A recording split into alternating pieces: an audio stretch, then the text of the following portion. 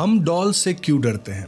Pop culture में ऐसी कई प्रचलित फिल्में आ चुकी हैं जिनमें एक डॉल के अंदर किसी शैतानी शक्ति का वास होता है और ऐसे में हमारा दिमाग कहीं ना कहीं क्रीपी डॉल से हॉरर को एसोसिएट करने लग जाता है। अब चाहे बात एनाबेल की हो, चकी की या फिर अपने तात्या बिच्छू की, इन डॉल्स के अंदर वास करने वाले आत्मा की एक कहानी होती है जो कि ना सिर्फ दिलचस्प है बल्कि डरावनी भी है। अब इन जनरल एनाबेल डॉल की कहानी को सच माना जाता है और उसे मोस्ट हॉन्टेड डॉल भी कहा जाता है, लेकिन क्या हो अगर मैं आपसे कहूं कि एक और ऐसा डॉल है जिसकी कहानी को ना सिर्फ सच माना जाता है बल्कि इस डॉल को एनाबेल से भी खतरनाक बताया जाता है। मैं यहाँ बात कर रहा हूँ रॉबर्ट द डॉल की, और अगर इसका अर्बन लेजेंड सच है तो हमें अपने आप को खुशकिस्मत समझना चाहिए कि वो एक आइलैंड तक ही सीमित है, क्योंकि आज हम रॉबर्ट द डॉल के बारे में जो जानने वाले हैं उसके बाद आपको भी अंदाजा लग जाएगा कि ये डॉल कितनी खतरनाक थी और इससे डरना क्यों लाजमी माना जाता है।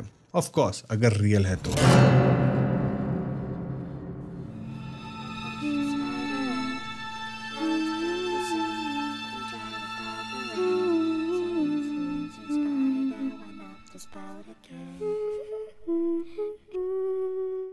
तो ये बात सन 1905 की है जब जीन ऑटो सिर्फ 4 साल का था और उसे तोहफे में एक लाइफ साइज डॉल मिली थी जो कि ऑलमोस्ट रियल अपीयर हो रही थी और पहली बार में ही जीन को पसंद आ गई थी। जीन या जेने जैसे भी आप प्रोनाउंस करते हो, उसे ये डॉल इतनी ज्यादा पसंद आ गई थी कि उसने इस डॉल के लिए रूम में ही एक डॉल हाउस तक बना दिया, इंश्योरिंग कि वहां हर वो चीज हो जिसकी उस डॉल को जरूरत पड़ सकती है, फॉर एग्जाम्पल फर्नीचर, टॉयज वगैरह इत्यादि। जीन हर जगह अपने डॉल रॉबर्ट को लेकर घूमता रहता था और वो दोनों बेस्ट फ्रेंड्स बन गए थे। इसके बाद स्ट्रेंज इंसिडेंट्स होना स्टार्ट हो गए और जब जब भी घर में कोई गड़बड़ हुई या कोई मिसहैपनिंग हुई तो जीन ने अपने डॉल पर उसका इल्जाम लगाना शुरू कर दिया। तो ऐसे में जब जब ऑटो फैमिली में कुछ न कुछ स्ट्रेंज या ऑड हुआ तब तक उसका कनेक्शन रॉबर्ट द डॉल के साथ पाया गया और धीरे धीरे ऑटो फैमिली के एडल्ट्स ने भी ये नोटिस करना शुरू कर दिया कि इस डॉल के साथ कुछ तो गड़बड़ है। इस फैमिली के घर के बाहर ईटन स्ट्रीट पे आने जाने वाले लोग में ये बात फैलने लग गई कि यहां से गुजरने वाले कई लोगों ने इस डॉल को एक विंडो से दूसरे विंडो मूव करते हुए देखा है।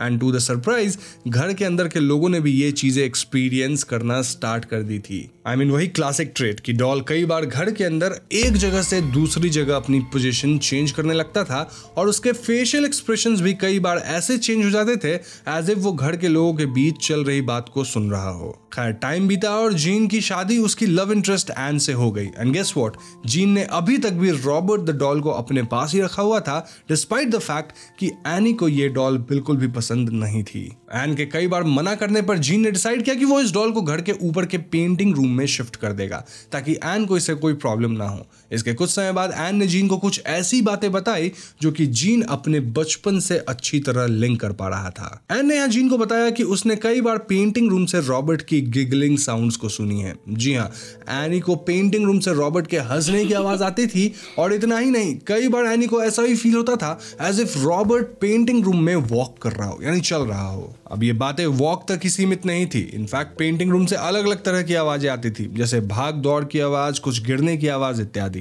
एन जीन को यह भी बताती है कि रॉबर्ट के रूम से कई बार 2 अलग आवाजें आती हैं, एज इफ रॉबर्ट और एक और कोई पर्सन पेंटिंग रूम में आपस में बात कर रहे हो। ये सब सुनकर जीन को याद आता है कि बचपन में उसके साथ भी कई बार ऐसा होता था कि रॉबर्ट को एक रूम में रखता था और फिर रॉबर्ट की लोकेशन चेंज्ड मिलती थी। और उसके पेरेंट्स ने भी बड़े होने के बाद कई बार उसे बताया था कि बचपन में उन्हें जीन के रूम से 3 लोगों की आवाजें आती थी, विच मेंट कि जीन के रूम में एक जीन के अलावा भी उन्हें 2 और लोगों की आवाजें सुनाई दिया करती थी। अब ये बचपन की बात है जो कि जीन भूल चुका था। इनफैक्ट बचपन में वो अपने पेरेंट्स की बात को भी लाइटली ले रहा था, वो आज एकदम फ्रेश होती नजर आ रही थी। ऐसा इसलिए क्योंकि एनी ने जो आज शेयर किया उससे उसे रियलाइज हुआ कि सच में इस डॉल के साथ कुछ तो गड़बड़ है। ऐसे में अगले ही दिन जीन ने इस डॉल को पेंटिंग रूम के ट्रंक में लॉक करके रख दिया, लेकिन फिर सामने की स्ट्रीट से जाने वाले बच्चों ने एनी से यह शिकायत करना शुरू कर दिया कि उन लोगों ने कई बार रॉबर्ट को विंडो पर खड़े होकर उनकी तरफ एक क्रीपी स्माइल करते हुए देखा है। जीन ने इन बच्चों की बातें मानने से इनकार कर दिया क्योंकि वो तो रॉबर्ट को ट्रंक में लॉक कर चुका था। इसके बाद बच्चों ने कंप्लेन करना ही छोड़ दिया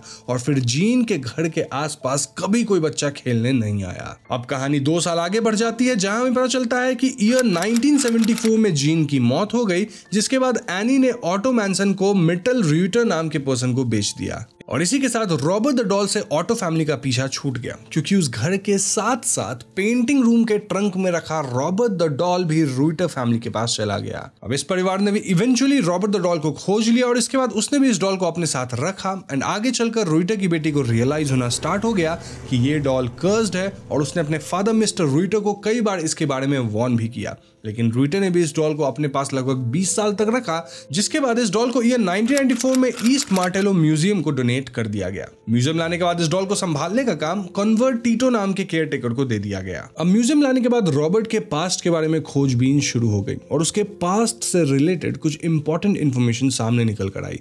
यहाँ पता चलता है कि रॉबर्ट को बनाने वाली कंपनी का नाम स्टीव है, जो कि ओरिजिनली कोई डॉल बनाती ही नहीं है। जी हाँ, दरअसल स्टीव कंपनी केवल टेडी बियर्स और स्टफ्ड एनिमल टॉयज वगैरह बनाया करती थी और रॉबर्ट द डॉल इकलौता ऐसा डॉल था जिसे बेचने के लिए नहीं बल्कि विंडो डिस्प्ले के लिए बनाया गया था, और ये बात म्यूजियम को खुद स्टीव के हिस्टोरियन ने बताई थी। एक और जरूरी बात जो म्यूजियम को इस हिस्टोरियन से पता चला वो ये कि रॉबर्ट ने जो सेलर वाली ड्रेस पहन रखी थी वो ओरिजिनल डिजाइन में शामिल ही नहीं थी, विच मीन्स कि ये डॉल या तो जीन के पास पहुंचने से पहले किसी और की पोजीशन में थी या फिर जीन ने ही इस डॉल को ऐसे ड्रेस किया होगा। कन्वर्टिटो बताती हैं कि रॉबर्ट के यहाँ म्यूजियम में आने से यहाँ म्यूजियम के डेली विजिटर्स के नंबर में भारी बढ़ावा आया। साथ ही रॉबर्ट पे टीवी शोज, रिसर्च वगैरह से रिलेटेड लोगों का आना जाना लगा रहता है। रॉबर्ट का अपना एक विकिपीडिया पेज है और उसके कई सोशल मीडिया अकाउंट्स भी हैं। रॉबर्ट के फैंस के लिए रॉबर्ट के रेप्लिकाज मौजूद है और बाकी मर्चेंडाइजेस एंड इवन बहुत ज्यादा एडवेंचरस लोगों के लिए मिडनाइट को रॉबर्ट के साथ लॉक्ड होकर रहने का एक्सपीरियंस तक अवेलेबल है। रॉबर्ट के फैंस उसे लेटर वगैरह भी भेज सकते हैं और कन्वर्टिटो बताती है कि हर थर्ड डे तक रॉबर्ट के लिए कोई ना कोई लेटर आ ही जाता है। अब यहाँ ट्विस्ट ये है कि ज्यादातर ये कोई फैंस के लेटर नहीं होते। जी हाँ, ये अपॉलॉजी लेटर होते हैं। इन लेटर्स को पढ़कर पता चलता है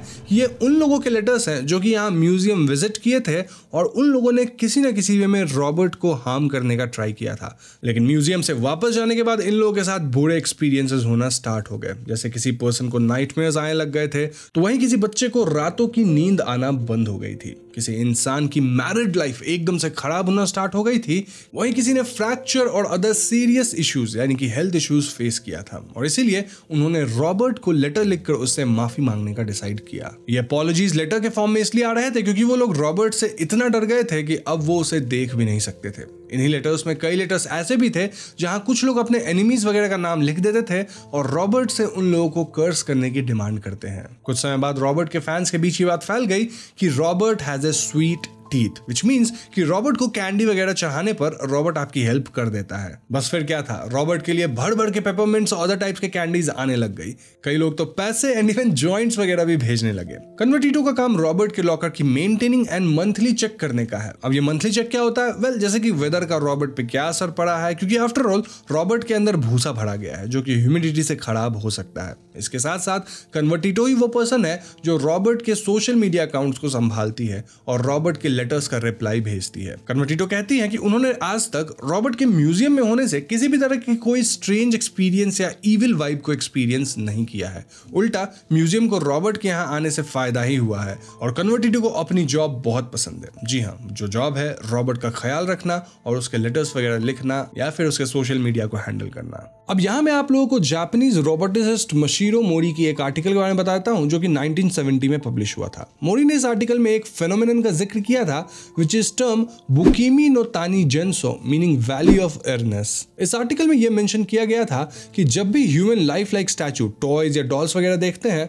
तो उनमें एक strange type of fear evoke हो जाता है। कोई नॉन लिविंग थिंग जितना ही ह्यूमन फेस के क्लोज अपीयर होगा उतना ही उसे अनकंफर्टेबल फील किया जाएगा और ह्यूमंस के इन लाइफ लाइक डॉल्स को लेकर इसी अनकंफर्टेबिलिटी को अनकैनी वैली का नाम दिया गया है। एक बार जब अनकैनी वैली के स्टेट में पहुंच जाया जाता है तब इंसानों को डॉल्स वगैरह से डर, अनकंफर्टेबल फील होना एंड इवन डिस्टर्बिंग फीलिंग्स आने लग जाती है। तो ये एक फेनोमेना है जिसे हम एक्सप्लेन कर सकते हैं कि क्यों हम डॉल्स से इतना डरते हैं और क्यों लोग इतना इजीली डॉल्स को मान लेते हैं कि हाँ, इसमें कुछ तो हॉरर है, कुछ तो सुपरनैचुरल है। अब रॉबर्ट के केस में एक सवाल आता है कि वो स्टीव से कैसे गायब हो गया, जीन से पहले वो किसके पास था और क्या वो सब जो रॉबर्ट के बारे में बताया जाता है उसमें कुछ भी सच्चाई है या नहीं। वेल, इस बात का पता शायद कभी नहीं लगाया जा सकता। हो सकता है कि वो डॉल सच में कर्स्ड हो, उसकी अपनी कोई डार्क हिस्ट्री हो या फिर ये महज एक होक्स हो जो कि वाइड स्प्रेड हो गया और लोग इसे मान रहे हैं। अब जो भी हो, आई पर्सनली फील कि मासाहिरो मोरी की अनकैनी वैली इस तरह के फियर एंड एक्सपीरियंसेस को काफी हद तक एक्सप्लेन करती है। येट